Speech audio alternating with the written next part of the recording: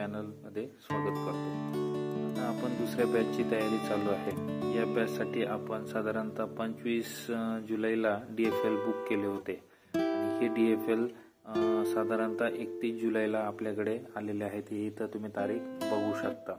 हे DFL तुम्ही बघू शकता कुठून आलेले आहेत। गोविंदप्पा रोड, बसवांगुडी, बेंगलोर इथून हे आलेले आहेत। याच्यावरती आहे सिल्कवर्म सीड प्रोडक्शन सेंटर।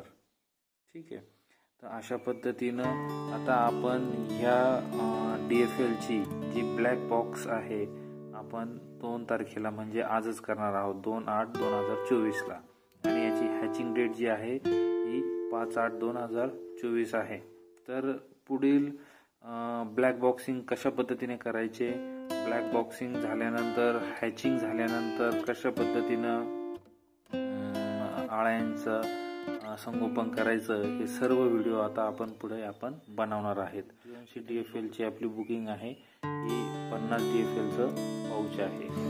कधी DFL आणल्यानंतर ज्या दिवशी त्याचं ब्लॅक बॉक्सिंग डेट दिलेली असते त्या दिवशीच ब्लॅक बॉक्सिंग करायचं आहे। आणि हे DFL आता तुम्ही बघू शकता, सपोज 2 तारखेला याची हॅचिंग ब्लॅक बॉक्सिंग डेट आहे, परंतु आपल्याकडे हे अगोदरच आलेले आहे। मग आपण हे DFL थोड्याशा थंड जागेवरती ठेवायचे आहे, जिथे जास्त गरमा नाही किंवा जास्त थंडी नाही अशा जागेवरती आपण यांना ठेवायचं आहे। कधी पण हे DFL जे आहेत अशा पद्धतीनेच ठेवायचे आहेत, एकावरती एक ठेवायचं नाही। कारण त्यामुळे काय होतं, आपण एकावरती एक ठेवलं किंवा प्लास्टिकच्या पिशवीत ठेवलं किंवा एखाद्या डब्यात ठेवलं किंवा एखाद्या बॉक्समध्ये ठेवलं तर ते काय होतात, गरम होतात अंडे, आणि त्यामुळं हॅचिंग व्हायला आपल्या DFL ला त्रास होऊ शकतो।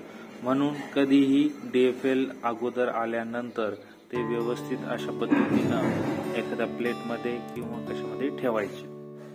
आता इथून पुढचे व्हिडिओ आपण नेहमीच अपलोड करणार आहोत, त्यामुळे तुम्ही आपल्या चॅनलला लाईक करा, सबस्क्राईब करा आणि बेल आयकॉनचे बटन दाबायला विसरू नका। जय हिंद, जय महाराष्ट्र।